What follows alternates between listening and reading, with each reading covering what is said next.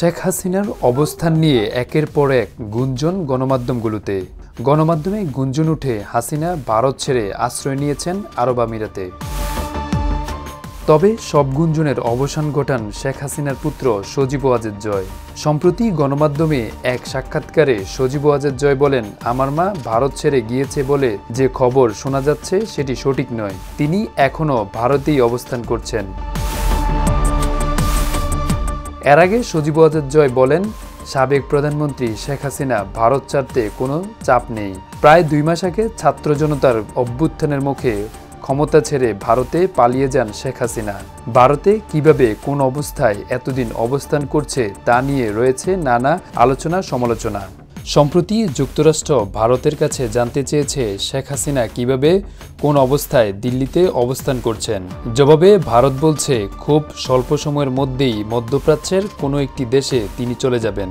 এ নিয়ে ওয়াশিংটন বা দিল্লি প্রকাশ্যে কোনো মন্তব্য করেনি। তবে গতকাল থেকে গুঞ্জন ছড়িয়ে পড়েছে শেখ হাসিনা ভারত ছেড়ে মধ্যপ্রাচ্যের দেশ আরব আমিরাতে চলে গিয়েছেন। সেখানকার আজমান শহরে তিনি অবস্থান করছেন।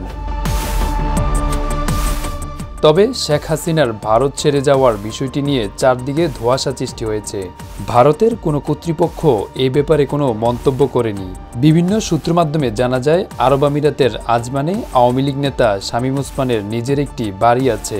শামীম ওসমানকে কিছুদিন আগে আরব আমিরাতের একটি সিটি সেন্টারে ঘুরতে দেখা যায়। এর আগে শামীম ওসমানকে ভারতের দিল্লি নিজামুদ্দিন আউলিয়ার মাজারে দেখা মিলে। কেউ কেউ বলছে শেখ হাসিনাকে শামীম ওসমানের বাড়িতে আশ্রয় দিয়েছেন। তবে ঠিক কবে নাগাদ শেখ হাসিনা আরব আমিরাতে পৌঁছেছেন তা নিয়ে এখনও কোনো তথ্য পাওয়া যায়নি। এর আগে সংযুক্ত আরব আমিরাতে শেখ হাসিনা রাজনৈতিক আশ্রয় চাইলে দেশটি তা দিতে রাজি হয়নি। এদিকে বর্তমান সরকার সাবেক প্রধানমন্ত্রী শেখ হাসিনা সহ তার সরকারের সব মন্ত্রী এমপির নামে বরাদ্দ কূটনীতিক পাসপোর্ট অর্থাৎ লাল পাসপোর্ট বাতিল করা হয়েছে। তবে দিল্লি ও আরব আমিরাতে কূটনীতিক চ্যানেলে শেখ হাসিনার খোঁজ নেওয়া হলেও তার হদিস পাওয়া যায়নি বলে জানান পররাষ্ট্র উপদেষ্টা মোহাম্মদ তৌহিদ হোসেন।